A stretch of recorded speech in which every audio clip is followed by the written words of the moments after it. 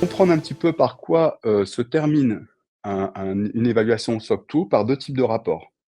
Un rapport type 1 qui est donné au départ, la plupart du temps, de l'évaluation, donc c'est un premier audit qui permet de dire: «OK, qu'est-ce qui a été conçu comme type de contrôle, de mesure de sécurité?»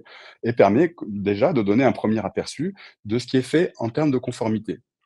Mais, la plupart du temps et quasiment tout le temps, ce que vont chercher les entreprises, c'est un rapport de type 2, c'est-à-dire un rapport qui va évaluer non seulement la conception, des contrôles de sécurité, mais également l'efficacité dans le temps.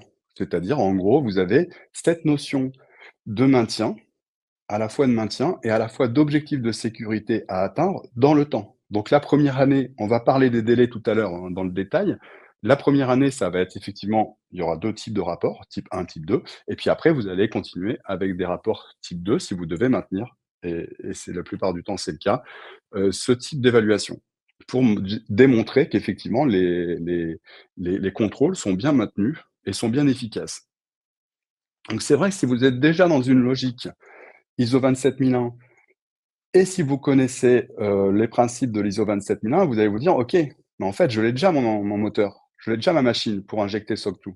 Donc c'est ça qui est très intéressant, c'est cette notion de maintien. On revient toujours en sécurité, quels que soient les référentiels, quelles que soient les démarches, à l'importance du maintien en sécurité et ça, encore une fois, ça marche que si c'est bien conçu initialement. Donc vous allez pouvoir après, si c'est bien conçu, intégrer tout type d'exigence.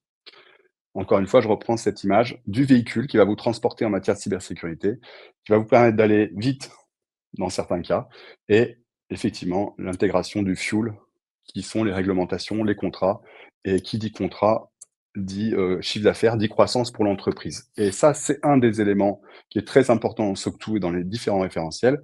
C'est que si vous êtes du côté de la croissance, si vous êtes du côté du progrès, ben, ce type de référentiel, il va vous pousser en avant, il va vous donner des opportunités, il va vous permettre de grandir, d'accéder à des marchés et de faire de la croissance et c'est pour ça que c'est très important pour les entreprises.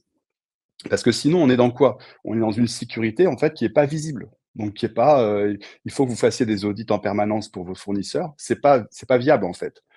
C'est pour ça qu'il faut simplifier, certes, la conformité, mais on peut pas vivre sans aujourd'hui, quoi.